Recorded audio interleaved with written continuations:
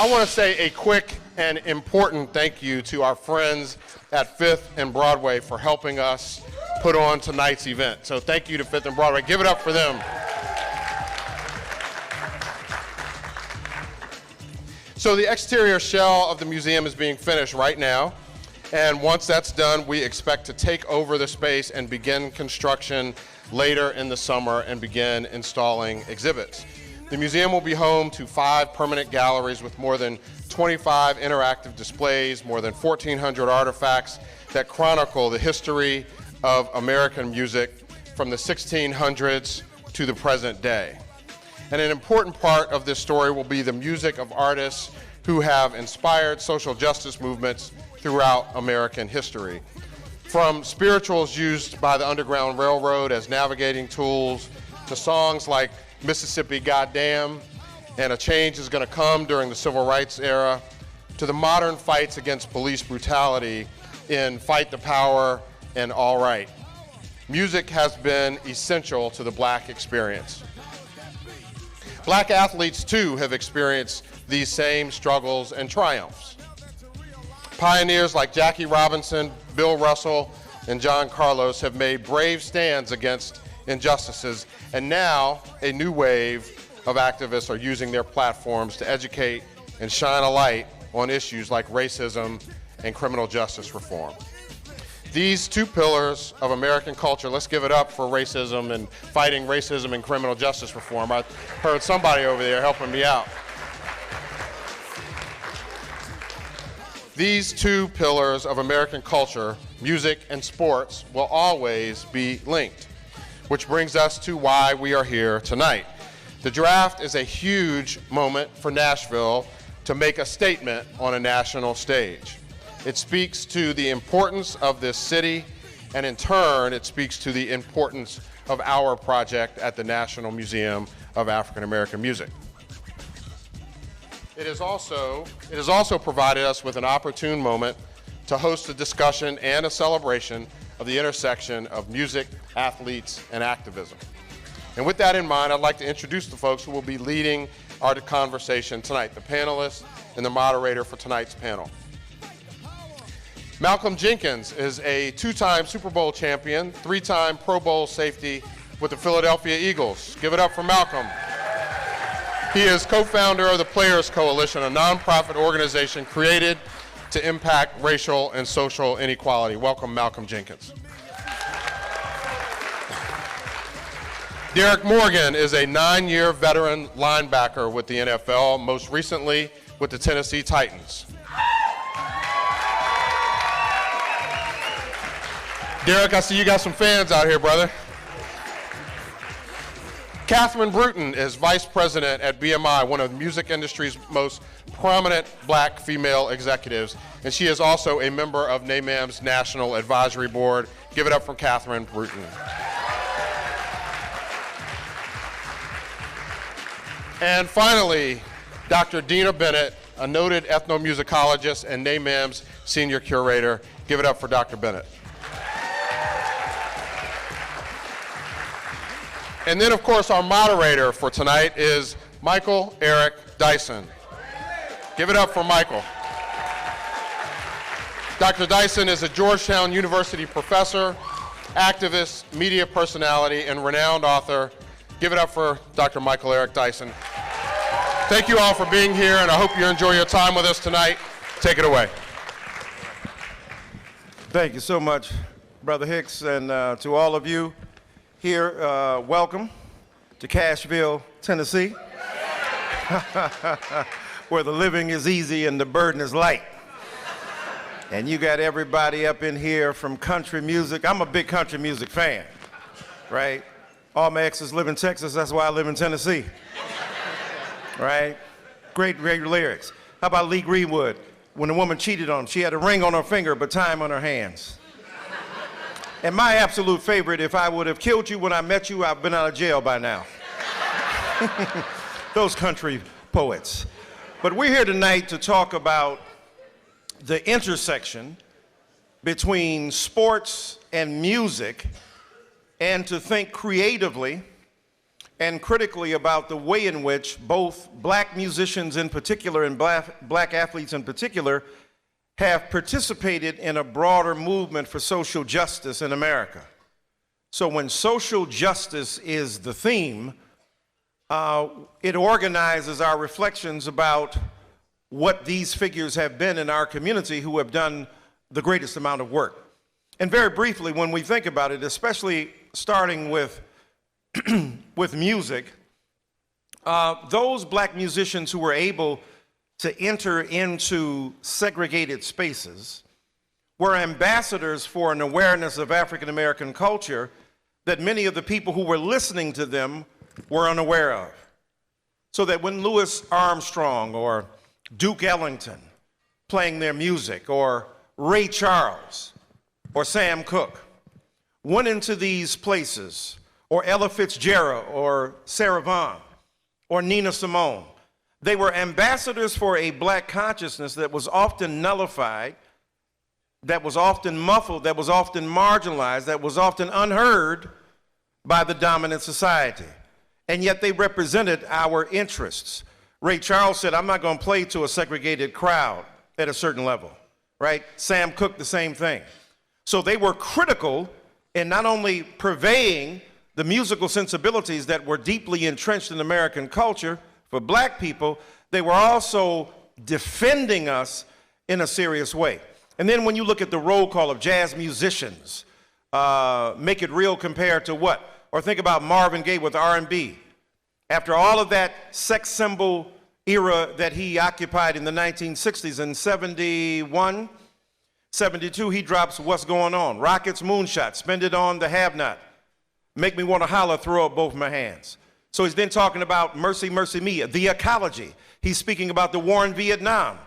He's talking about police brutality. He said he can't pay his taxes. How relevant is that right about this time of the year?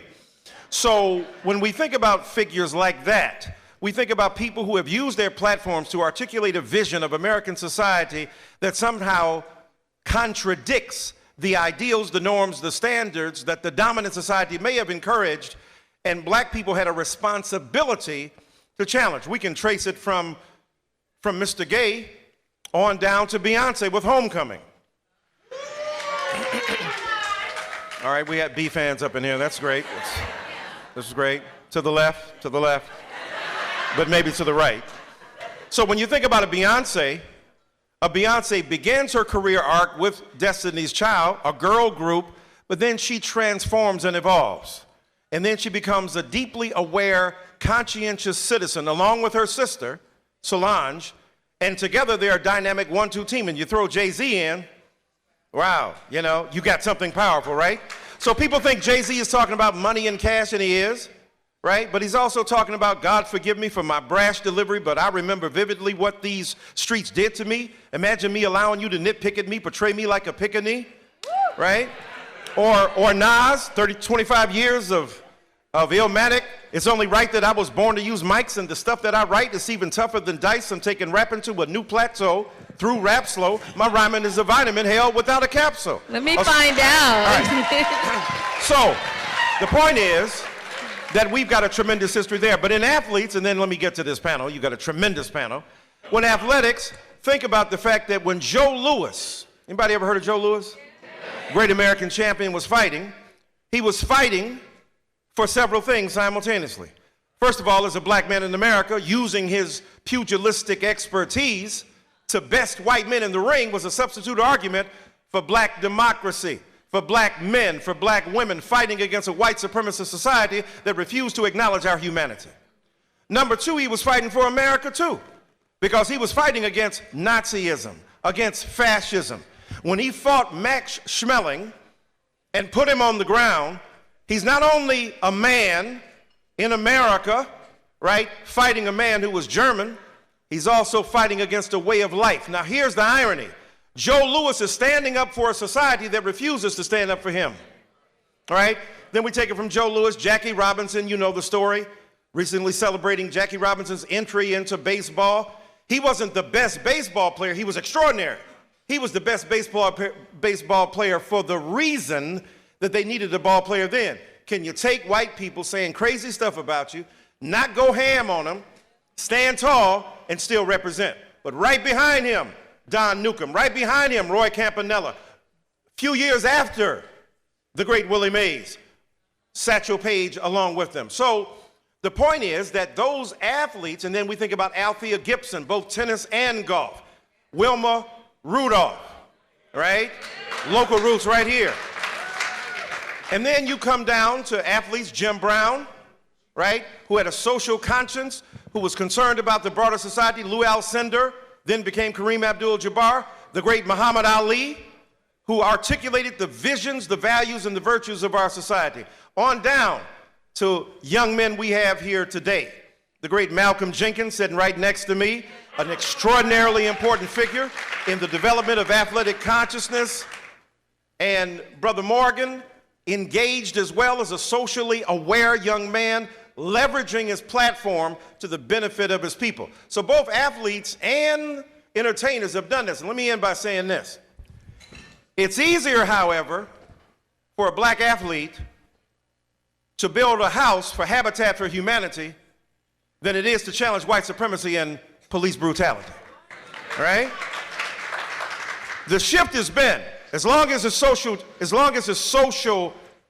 right, convenience, social consciousness, looking out for social service, there was a celebration. When it's social justice, it's a different story. Because social service says, I'm gonna help you build your house. I'm gonna go to the hospital to visit you when you're sick. Social justice says, let me ask why police people continue to assault vulnerable black and brown people in America, and we gotta do something about it. This panel is brilliantly equipped to handle all of these issues. Brother Jenkins, let me start with you. You have become quite well known as one of the leaders in your own sport, in football. Y'all know he's won the Super Bowl with the Philadelphia Eagles, right? Give him some love for that. I don't know if, I guess his ring was too heavy to carry up in here today. I mean, he didn't want none of us trying to jack that ring.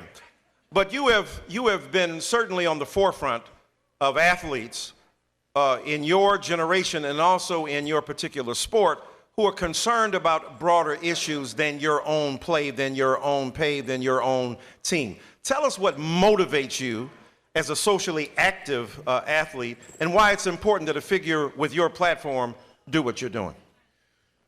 So I think you kind of articulated it already with that great intro, but I think what we're seeing right now is a generation of athletes that want to have great impact. And I think, for me personally, I've been doing work, in the community through my own foundation since 2010.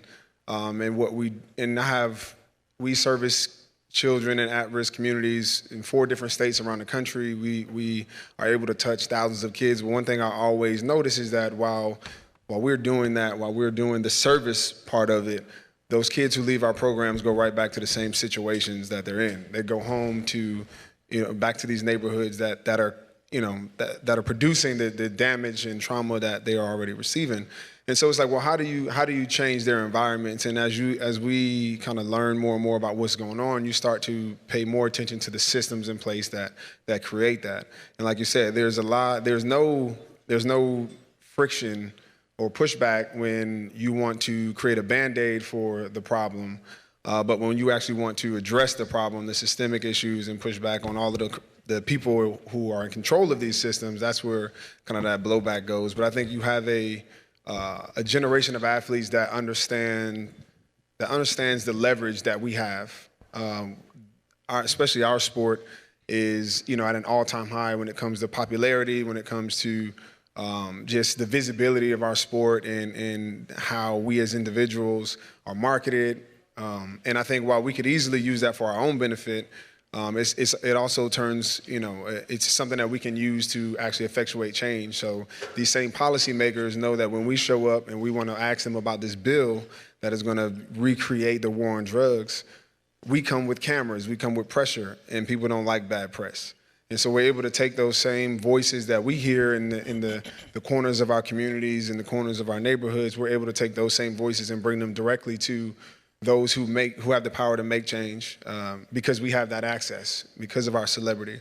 And so it's this kind of 360-degree approach that we take, where we understand that there's great work that's always being done in our communities and voices that need to be heard. We can take those voices directly to the powers that be, because we have access to that. And so I think with more and more guys kind of stepping into that role, the LeBron Jameses of the world that, realize that it's bigger than just my charity basketball camp. It's bigger than just, me making it. But the fact that he's taking it, he's leveraging and building schools, he's doing all kind of things. He's starting production companies, he's owning his own voice, his own narrative. As you get more and more guys like that, I think this new wave of activism through sports is something like we haven't seen before. Right. Excellent. Ms. Brewton, you're one of the most distinguished executives, female executives, black female executives, all of that in all of music, and now even working especially closely with songwriters and other artists. So you're at the heart of the intellectual and artistic vision that motivates and animates many of these young people. Talk to us about the importance of that kind of mentorship, number one, but number two, for another kind of platform, for a musical one, for an iconic figure like a Jay or a Diddy or a Beyonce, and other artists with whom you work, why is it important to have that kind of platform generated by the kind of musical celebrity that they enjoy? And why is it important not just to sing the music and not just to pay attention to the lyrics, but the kind of social influence that those artists can have? So I'm in a position where I'm seeing creators a lot of times at the beginning stages of their career. And when I took this job in '97 at BMI, my first job was with the Grammys. I had only had I worked in financial services, but I had 2 jobs in the music business. One was the first African-American to open an Atlanta chapter of the Recording Academy. The second was to open and run the first department and office for BMI's R&B hip-hop department.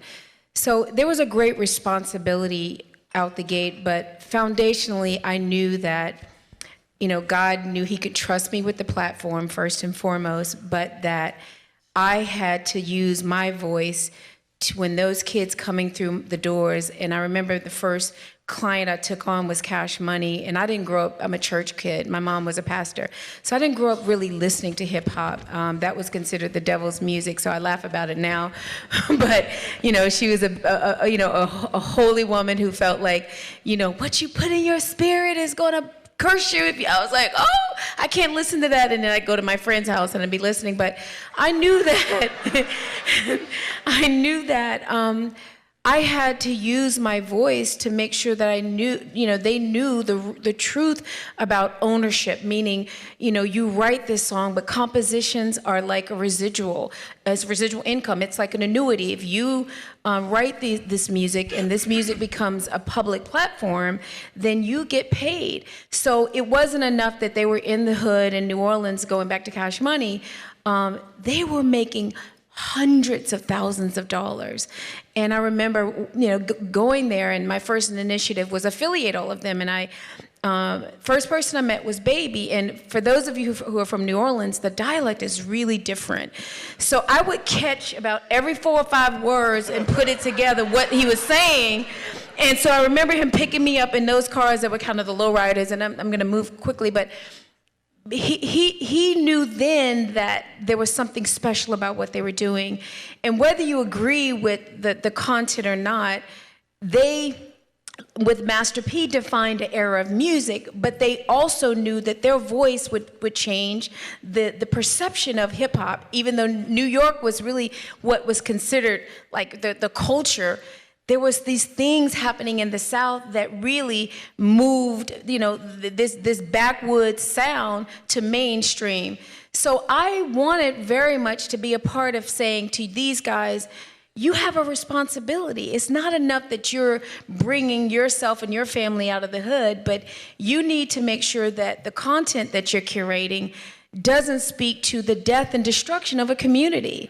And so as I moved through my career signing Nas and signing Kanye and Nicki and all of these amazing people, I knew that it was not enough for me to be successful and to be around these people, but to put nuggets and seeds in their lives to say, hey guys, we all have a voice. And as you become successful, you have to be cognizant of the fact that you'll have kids one day and you will not want your kids to hear some of this crap that you're making. Now, I can't tell you how to make your money, but I can also tell you that you will regret it someday because your kids will be saying, excuse my B and ho, and you can't be make them think that that's a bad word when that's what you're selling to somebody else's kids.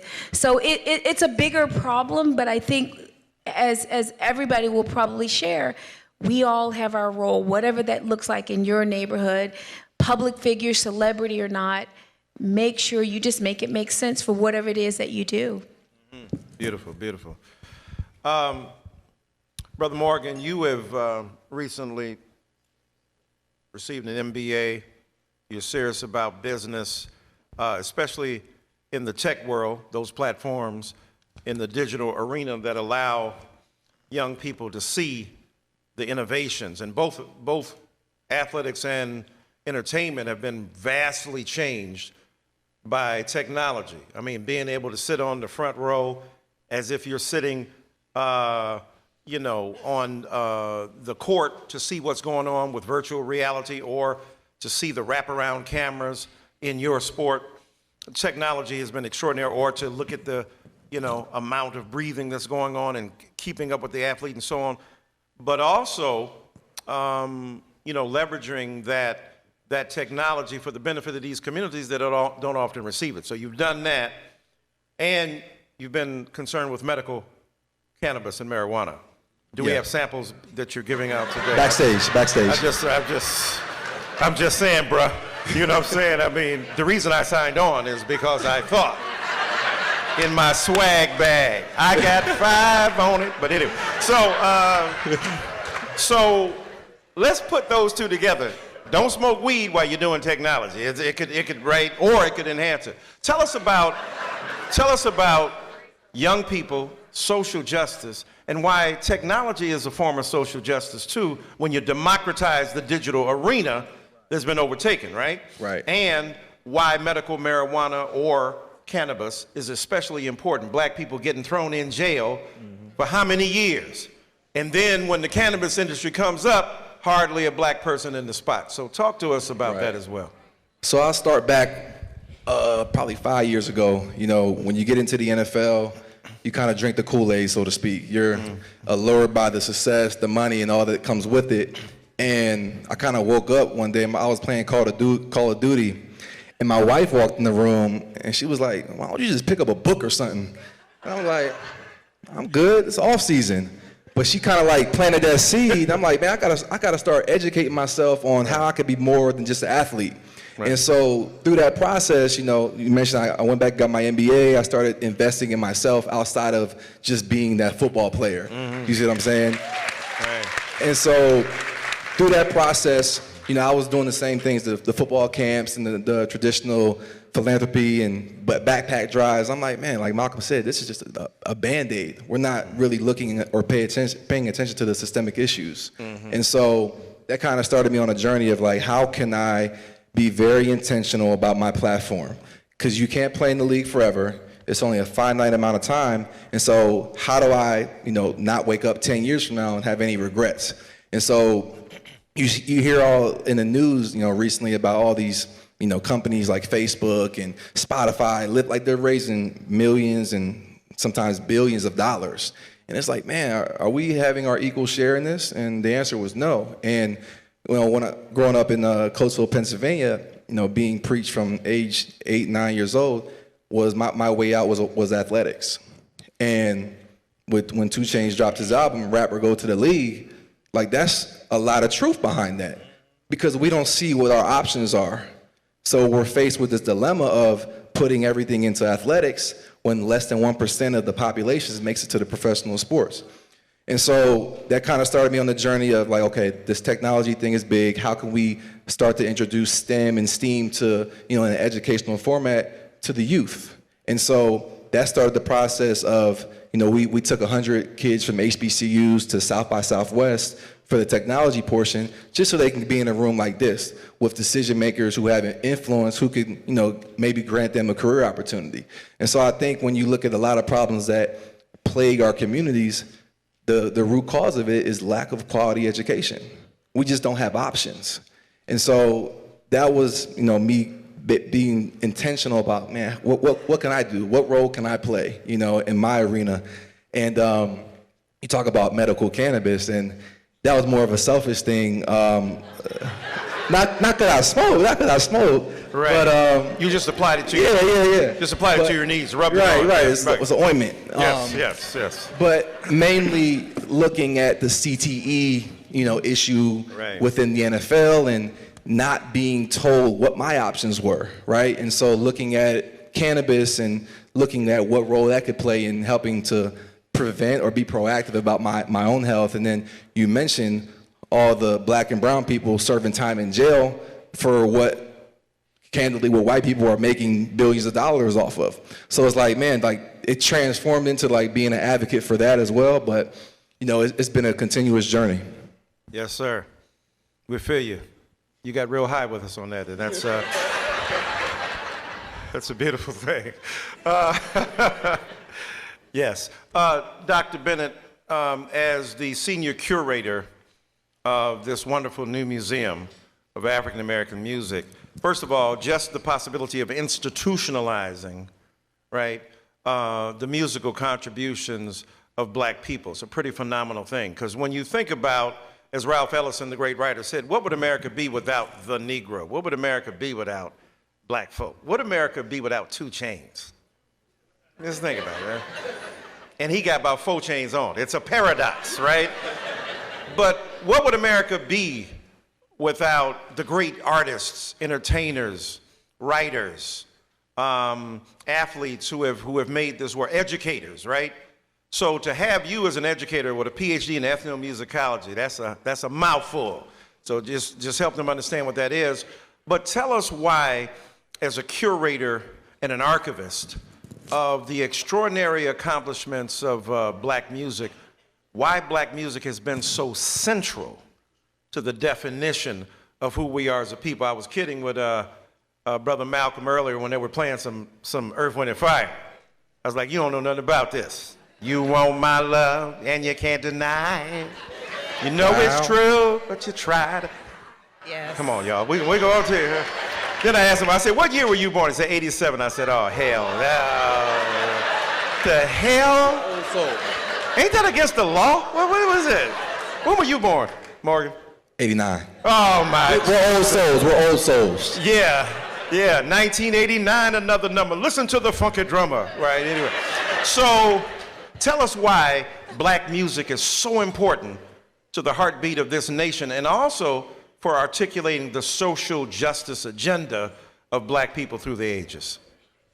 Well, Dr. Dyson, you gave, in your introduction, you gave a really good layout of the importance of black music, but I'll try and take it a little bit further. So since the beginning of time, well, not the beginning of time, but since when Africans were taken from their homeland and brought over to America and were enslaved, they were stripped of everything. They were stripped of everything but their voice.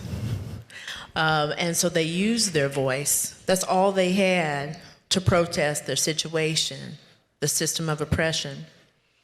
So they created this strong oral tradition of spirituals that eventually went on and transformed into gospel and funk and soul and Motown and all those different things.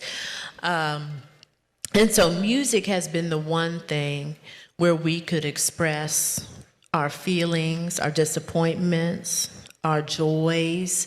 Martin Luther King, he said that this music of ours is triumphant music.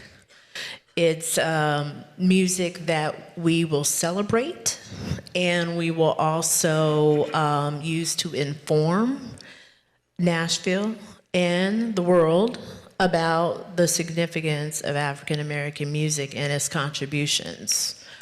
We're really excited about the museum. I hope that you'll check out some of the artifacts that we brought with us. Today we brought artifacts from some musicians who have had social justice platforms, such as James Brown, Paul Robeson, who was a football player, who was also an activist and a singer, also Alicia Keys, and a poster from Sam Cooke. No, that's beautiful. When we think, Brother Malcolm, that we're living in a country where every morning the chief executive officer of the nation stands up to excrete the feces of his moral depravity into a nation he's turned into his psychic commode, right? Basically. And look, this ain't no, even white Republicans are like, hey, that's not us. No, not sure what that dude is. Except maybe you are. Donald Trump is not an aberration from, but an extension of white supremacy, right? So you are in a sport that has been directly commented on by a man who is allergic to high intelligence and resistant to deep and profound thought. He is proud to be unmolested by enlightenment. And yet, here's a figure who has attacked your very profession, and not only your profession, black men in particular, who have spoken up like you have, right? When you have talked about the need to bring social justice agendas to the fore. Tell us what it's like to have the President of the United States of America opposed fundamentally to the kind of things that you do. And tell us, I gotta ask you this, why you got so frustrated you started holding up some cue cards one day in the locker room. I just want you to give us the inside 30-30 before 30 and 30 gets intense. All right? Nah, I'd say the question of how does it feel to have the President of the United States paying attention to what you're doing, it lets you know that you're doing that you're headed in the right direction and that you have influence. And so really, it's really not a new concept to have leaders with voices and followings and who can actually disrupt the order of power to be targeted by the higher ups in our society. That's not a new thing. All of our leaders our most strongest ones have been either incarcerated, exiled or executed. And so to see that coming down from the president's office is not, it wasn't a new thing, and in fact, it was more so like, okay, we're one, doing the right thing, but we're close to actually making some impact. Otherwise, he wouldn't care. And so as we looked at it, and really, he wanted to really put pressure, not even on us, but on our bosses, right? Control your Negroes, basically, is what he's saying. And a lot of them, because he knows a lot of them he's friends with a lot of these owners, right? So he's putting pressure on him, which is putting pressure on their money, which then that tries to trickle down on us. And so when it got to, but he also knows, like the one thing that he is really, really good at, he's out of the entertainment industry.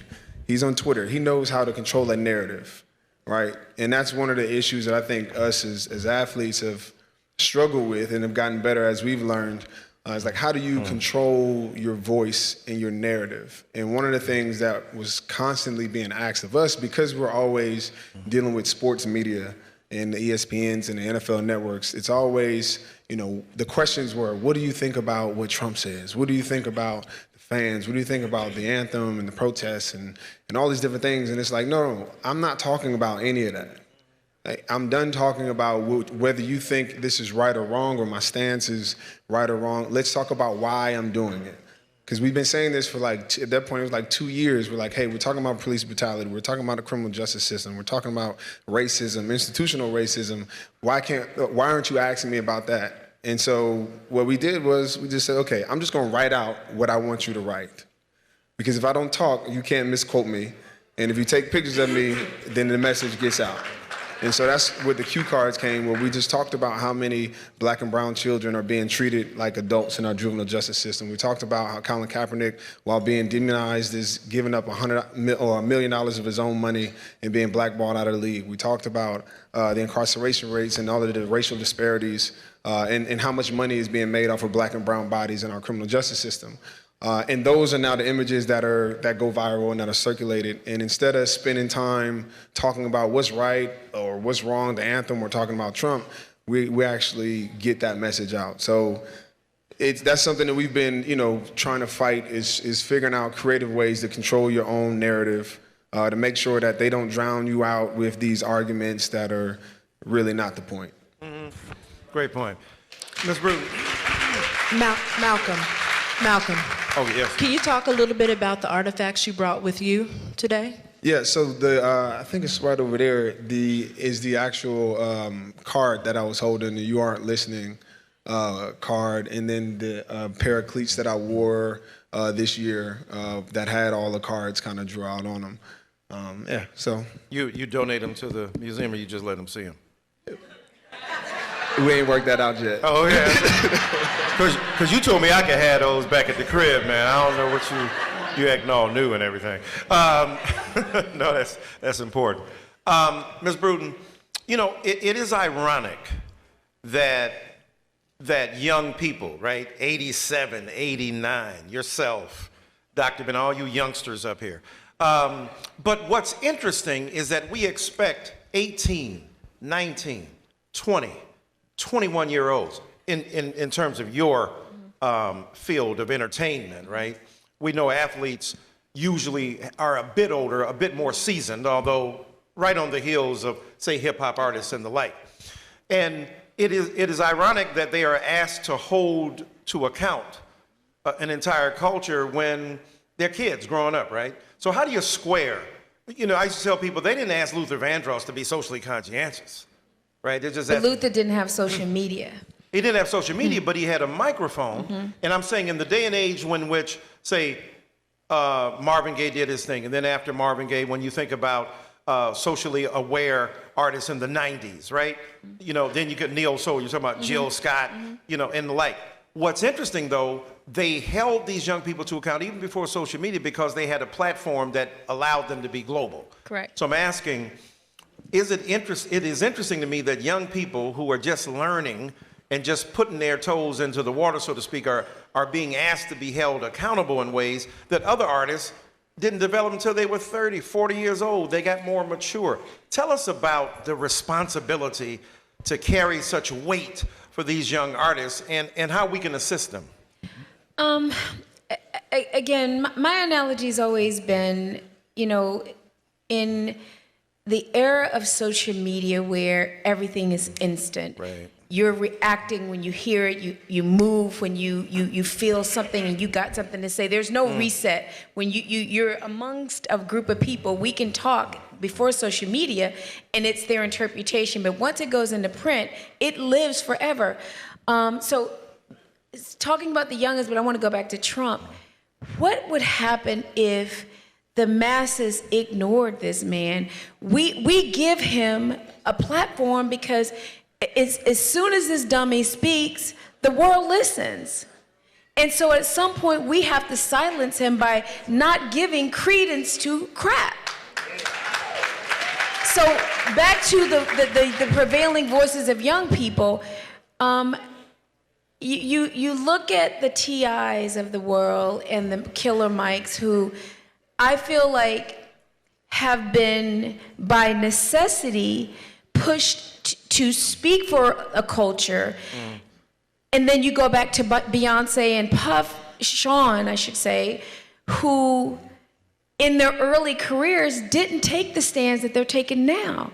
But why are they daily talking about the injustice? Beyonce walking out of Reebok because there was not enough, no diversity, and saying, I will walk away from this check Because until I say that that's not okay, then the next brown or black person that comes in this room might think it's okay. For Puff every day to wake up and inspire love and to talk about the social injustice of our community, we have giants now saying, I will stand.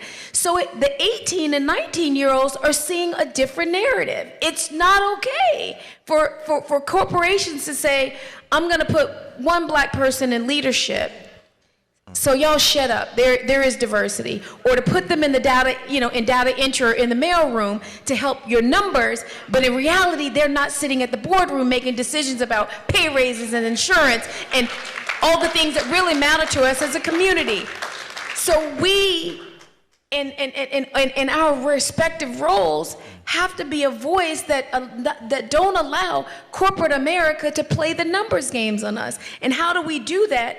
We got to sit in those rooms and be a part of the real decision maker, not a part of the decisions that are being made that affect us that we didn't have a voice in.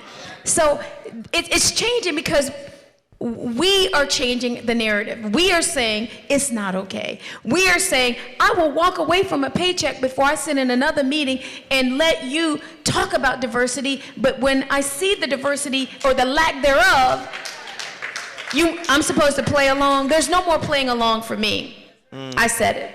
Right. Okay, excellent. No, that's important. And the best way to tune the brother out is to vote, right? Because as long as he's got an executive pen and finger on the trigger, he's got empirically verifiable power that can hurt. So we can't afford to ignore that. But I think the brilliance of what Sister Brewton said, though, the way in which we counteract that is to take that short walk to the polls to really change the fundamental structure of American society, right? That's an important thing to remember among the 25 people now running on the other side. Right? Uncle Joe's coming.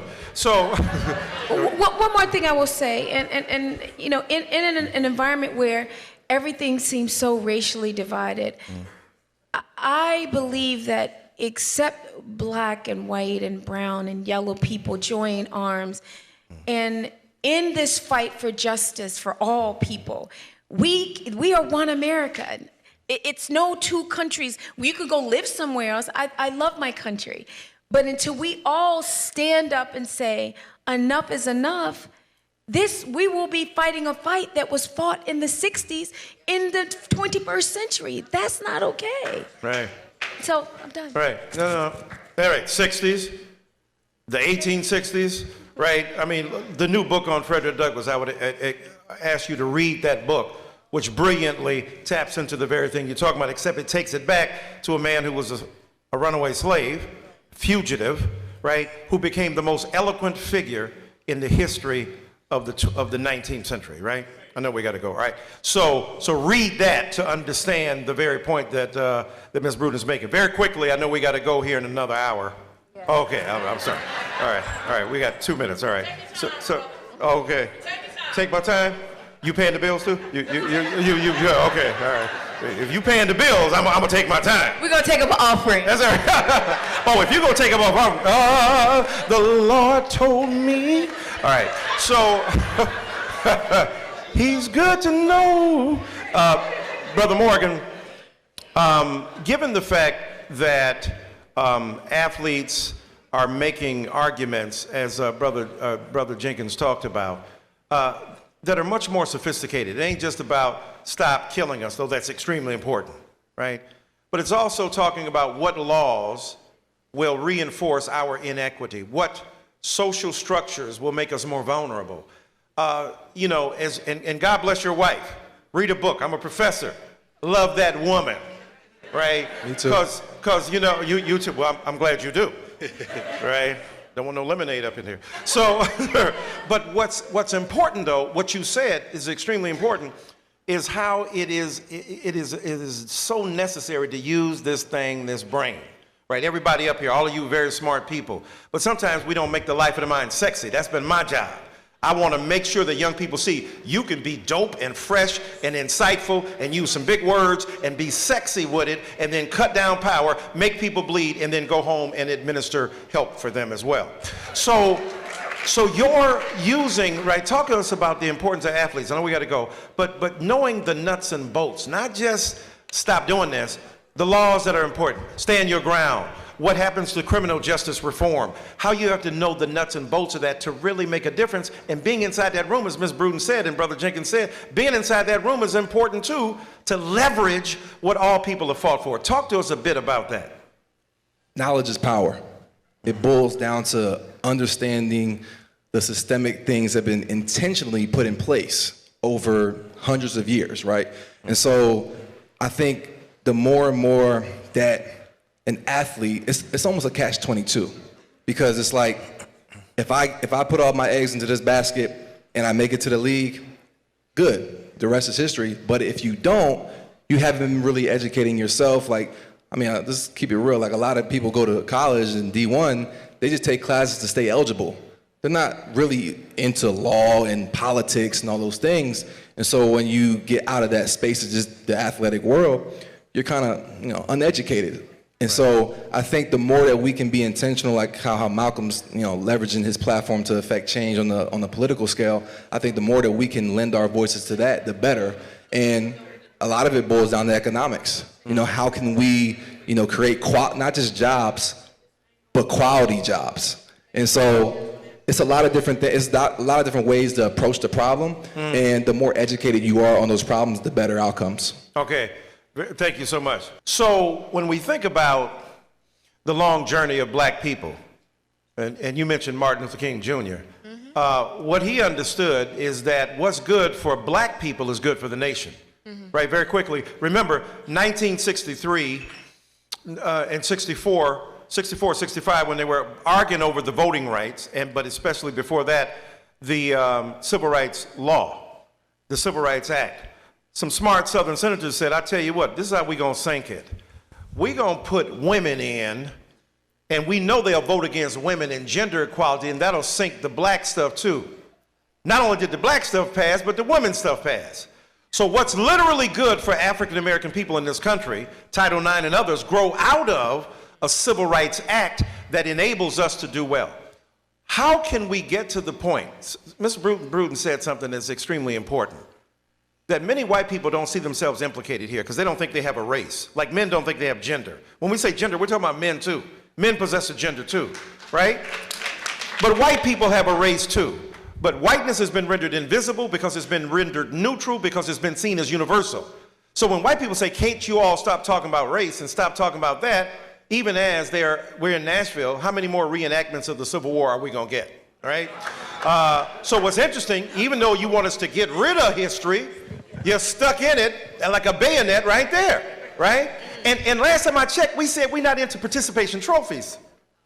That would be like the Los Angeles Rams having a celebration on the 1-year anniversary of losing to the Patriots.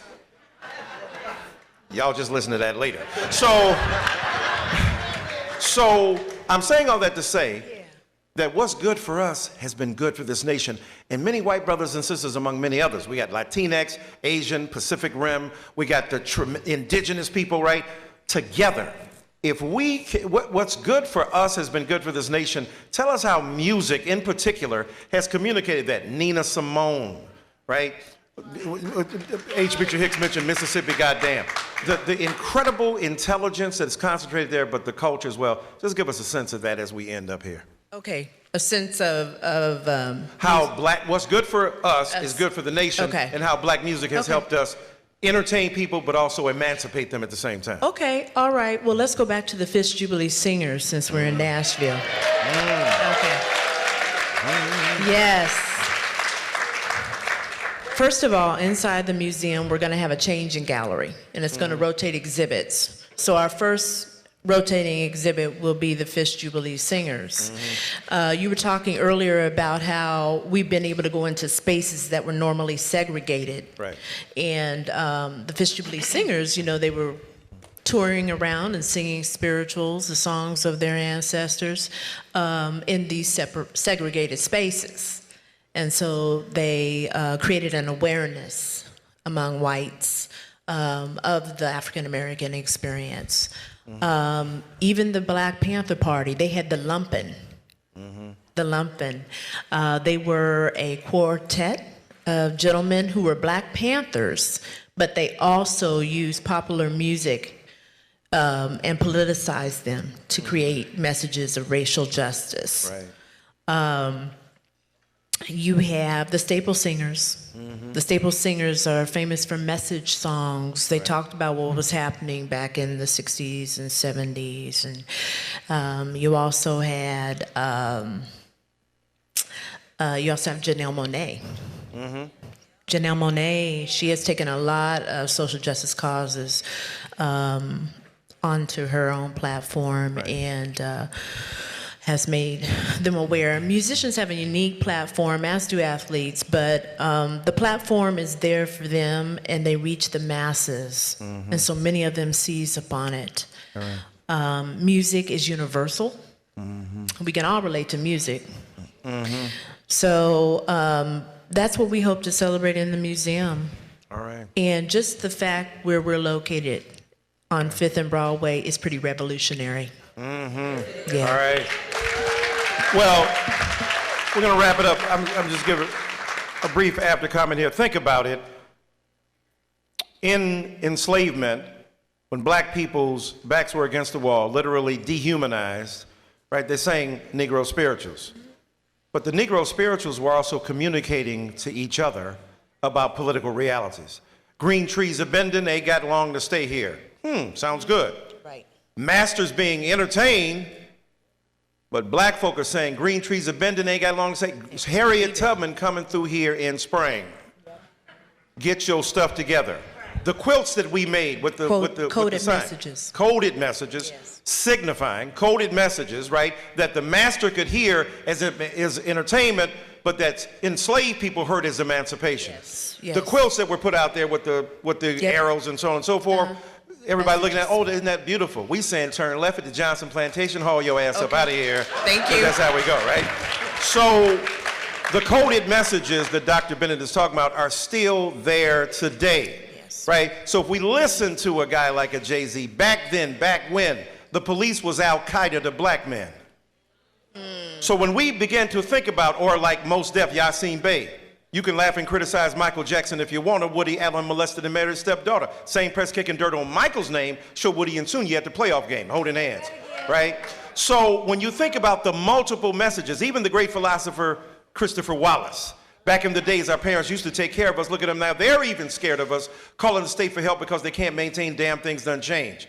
So when you think about what these young people are doing, and when you think about these tremendous athletes, right, and what they're engaged in, this is a rich opportunity for us to use these particular platforms to articulate a vision of America that brings us all together. The vicious xenophobia, racism, and hatred hates Mexicans, hates Muslims, hates people of color, hates women, grabbing on stuff. Listen to some hip hop. Well, you ain't got to grab it. If you a man, call it. Summons it, right? Even Biggie said, some say the X makes the sex spectacular. Make me lick you from your neck to your neck, right? Tongue delivering chills up that spine, that ass is mine. But if it's all right with you, right? That's affirmative consent. Music can teach your butt a whole lot.